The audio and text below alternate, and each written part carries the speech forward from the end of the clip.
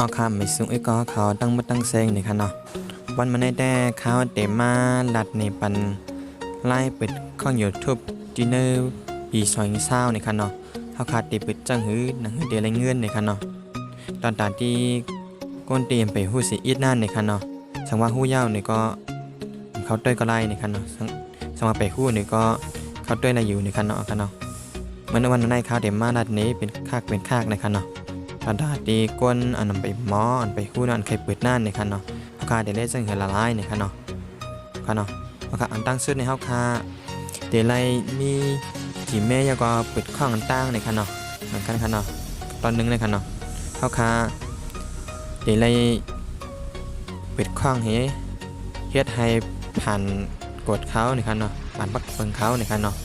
ถึงว่าผ่านปักเปิงเขานั่นมันมี2ข้อค่ะเนาะดังสุดค่ะเนาะเป็นดาวคาเด็กเปิดหาเงินไรนั่นนี่ค่ะเนาะดังสุดเท่าคาเดี๋ยวเลยมีคนติดตามปันคนติ๊กซับสไครป์ปัน1เฮงก้อนี่ค่ะเนาะข้อ2เดี๋ยวเลยมีพยายามให้มันเตรียมเสียงจุ้มบ้องนี่ค่ะเนาะดังสุดค่ะเนาะในเท่าคาเดี๋ยวเลยเฮ็ดแน่นตั้งนี่ค่ะเนาะเขาขาปิดข้องไม่เอาค่ะเนาะเขาขาปิดข้องมาแล้วก็เขาขาเดี๋ยวเลยเฮ็ดวิดีโอลงแล้วก็สำหรับคนติดตามเขาขาเตรียม1เฮงแล้วก็ซุ่มเขาขาเตรียมเสียงจุ้มบ้องมาแล้วเขาซ้ำตีตรงที่7,500เนี่ยค่ะเนาะพยายามเขาดิ7,500เนี่ยค่ะเนาะข้อ2ค่ะเนาะพวกขยามเขาขาเตรียมแล้วก็คนติดตามเขาขาเตรียมแล้วก็เขาดิ7ด้วยว่าวิดีโอขานั่น2มันผิดปักเปิงเขาค้า5เนี่ยเนาะแต่เขาเฮ็ดผิดปักเปิงเขาเนี่ยค่ะเนาะในขณะข้อ2ในขณะทั้งว่าเขาคาเฮ็ดผิดปักเปิงเขาคาเฮ็ดแมนจำหนังปักเปิงเขาอยู่ในผลิตภัณฑ์เขาคาเปิดหาเงินระยะยาวในขณะข้อที่3ในขณะ3ขณะเขาคาเปิดหาเงินระยะยาวในขณะในขณะว่าเขาคาผิดปักเปิงเขาคาเฮ็ดจำปักเปิงเขามันนี่ก็เขาดิจิลปันเขาผ่านในขณะปันเขาคาเปิดหาเงินในขณะเนาะเขาคาเปิดทางเงินเขาคามีเป็นข่าวเคลื่อนยาวเขาคาผ่านยาวในค่ะเนาะหลังว่าเขาคาเปิดทางเงินระยะยาวเนี่ยก็เพราะเงินเขาคาเปลี่ยนมินเขาคาอะไรมากนึงค่ะเนาะเพราะมันเตรียม$10เมื่อไรนี่ก็เขาได้ส่งนั่นค่ะเนาะส่งดิกมาปันเฮาว่าเขาได้ส่งพิมพ์ปันเฮาเนี่ยค่ะเนาะเขาได้ส่งพิมพ์มันก็เป็น6 ตัวนั่นค่ะเนาะค่ะเนาะพ่อค้าได้ห้าบนั้นน่าอินนั่นเนาะเขาก็จะได้มาใส่ตีมากกดใส่ตีบัญชีนี่ค่ะเนาะจะมาใส่ตีปานนี่ค่ะเนาะมาเช็คตีปานนี่ค่ะเนาะทางว่าเขามีเป็นทอกตัวนั่นเขาค้าตีมาเอาเงินเขาค้าอะไรมานั่นไล่นี่ค่ะเนาะนี่ค่ะเนาะว่าเงินเขาค้ามีปืนข่าวเขาเย้าเงินเขาค้าไปเตรียม$10เนี่ยมันก็เตรียมไปส่งมาปันเฮานี่ค่ะเนาะพินนี่ค่ะเนาะพินอีกพินนี่ค่ะเนาะอีกพินในพินเขาส่งมาก็6 ตัวนะครับเนาะแล้วกระดาษมันเดมาถึงเข้าค้าในปีหรือว่าน้องส่งเทคนะครับตั้ง1 เดือนนะครับมันจ่องเดมาถึงปีเข้าค้าอยู่นั่นเลยครับเนาะเขาเดส่งมาดีหลายๆในเขาเดส่งมาดีอันเข้าค้าเปิดนะครับเนาะเปิดทางเงินนะครับเปิดว่าเข้าค้าเปิดทางเงินในเข้าค้าเดได้ใส่ปีอยู่ที่นั่นครับเนาะนี่ครับเนาะนี่ครับเนาะส่งมาดีเข้าค้าเปิดไว้ตีอยู่เข้าค้าใส่ไว้ตีเข้าค้านั่นเลยครับเนาะมาขึ้นเลยครับเนาะ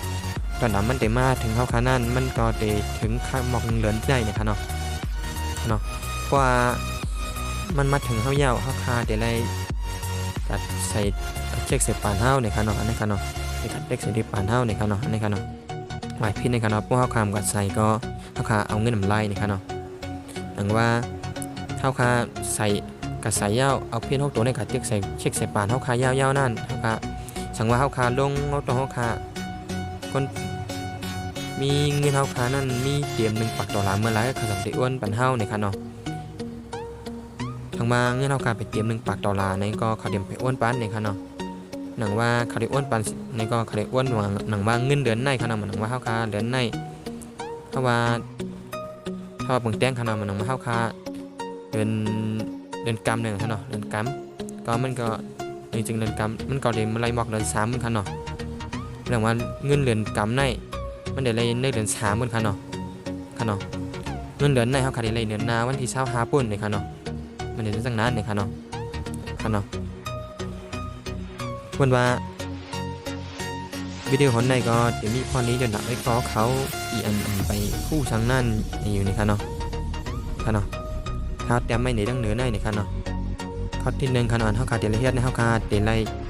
ปิดข้างเด็กทั่วพรต้าในการเฮาขาดเฮ็ดกินแม่แล้วก็ปิดข้างเฮาขามาเฮ็ดให้ป่นปักเปิงเขาอันขัดตะบ้างไว้นั่นก่อนนี่ค่ะเนาะสมมุติเฮาขาไปเฮ็ดหันปักเปิงเขาอันขัดตะบ้างไว้นะเฮาขาก็เต็มไปเปิดทางเงินไล่นี่ค่ะเนาะแล้วสิใส่เศร้าในเขาหลักลายเปลี่ยนยาวนี่ค่ะเนาะเพราะว่าเฮาขามีคนติดตามเต็ม1เหงแล้วก็มีคนมีค่ะเนาะมีพยายามเก็บเสียงจนบ่ยาวกว่าเขาก็ได้แซดอันนึกข้างเฮานี่ค่ะเนาะเขาได้ก็ได้แซดปันนี่ค่ะเนาะแซดว่าต้องเข้าคาเฮ็ดผิดปักเปิดเขาคา5มันก็เฮ็ดผิดอยู่คา5นี่ค่ะเนาะมันหนังมาเข้าคาแยมเฮ็ดผิดแน่ๆเขาก็ได้นำแจ้งมาอีกนึงนี่ค่ะเนาะสำหรับเข้าคาเฮ็ดผิดนี่ค่ะเนาะเข้าคาเฮ็ดผิดซังมันก็ได้เซียวผ่านนั่นค่ะเนาะเข้าคาได้ก็ได้เลยเจอเปิดทางเงินนี่ค่ะเนาะเพราะเข้าคาผ่านปักเปิงเขาไล่นั่นเข้าคาก็เตรียมเวทไล่นี่ค่ะเนาะเพราะเข้าคาเปิดยาวเนาะเข้าคาเปิดทางเงินยาวเข้าคามีเป็นขาเขายาวนั่นก็เข้าคาก็เลยเงินยาวนี่ค่ะเนาะเพราะเข้าคาเลยเงินเตรียม$10เมื่อใดเขาได้ส่งพิมพ์มาเป็นเฮานี่ค่ะเนาะคอนี่ค่ะเนาะคอ5นี่ค่ะเนาะหมาย5ค่ะเนาะหมาย5เขาได้ส่งพิมพ์มาปันนี่ค่ะเนาะตอนนั้นเขาได้ส่งพิมพ์มันได้ถึงค่าตั้ง1เดือนนี่ค่ะเนาะขึ้นเป็นดานเด่นกล้ามเดือนนี่ก็กลมปองไซส์นี่ค่ะเนาะเพราะเขาได้รับพิมพ์ยาวพอเขาก็หมายพิมพ์นั้นมาใส่ดีปานเฮานี่ค่ะเนาะมาใส่ดีปานนี่ค่ะเนาะเพราะเขามีหมายนะก็ได้ตรงเงินใดนี่ค่ะเนาะก็เหมือนว่าเขาเช็คปานเขาเช็คยาวเขาใส่ไม้นั่นค่ะเนาะไม้กบมันเขายาวในเขาเฮ็ดต่างวิดีโอนำน้ำให้เขาเงินเขาเตรียม1ปากยาวก็ทำติอ้วนปันนี่ค่ะติอ้วนเงินปันเฮานี่ค่ะเนาะ